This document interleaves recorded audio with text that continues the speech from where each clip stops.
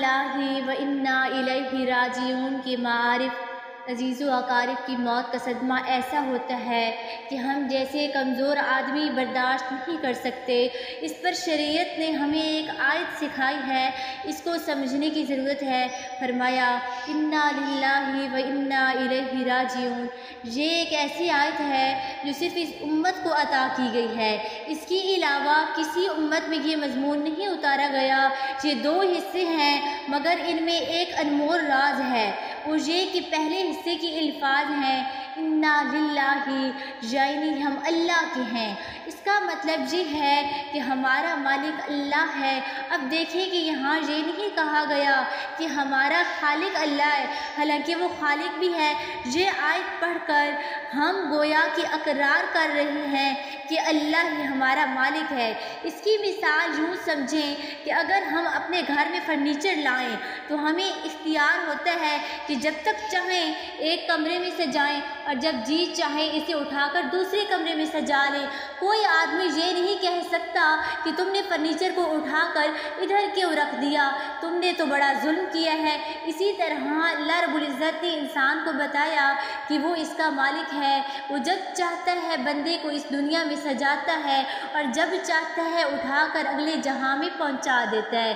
یہی وجہ ہے کہ کسی کو جوانی میں موت آتی ہے تو کوئی نہیں کہتا کہ اللہ تعالیٰ کو ترس نہیں آیا، بلکہ سب کہتے ہیں کہ اللہ کی مرضی ایسے ہی تھی۔ چنانچہ اللہ رب العزت کے اختیار میں ہے کہ کسی کو لڑکپن میں موت دے یا کسی کو بچپن میں ہی اپنے پاس بلا لے۔ تو یہ آیت کا پہلا حصہ ہوا۔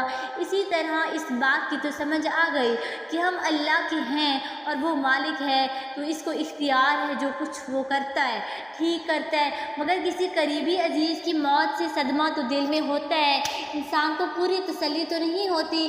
اس لیے دوسرے حصے میں یہ بات بھی ارشاد فرمائی وَإِنَّا إِلَيْهِ رَاجِعُونَ، ہم نے اللہ ہی کی طرف لوٹ کر جانا ہے۔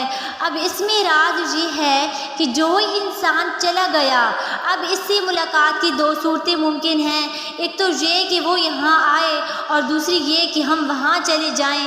اب اس کا یہاں آنا تو محال ہے، کیونکہ جو ایک دفعہ دنیا سے چلا گیا وہ لوٹ کر دنیا میں نہیں آئے گا، لہٰذا یہ تو امکان ہی ختم ہو گیا۔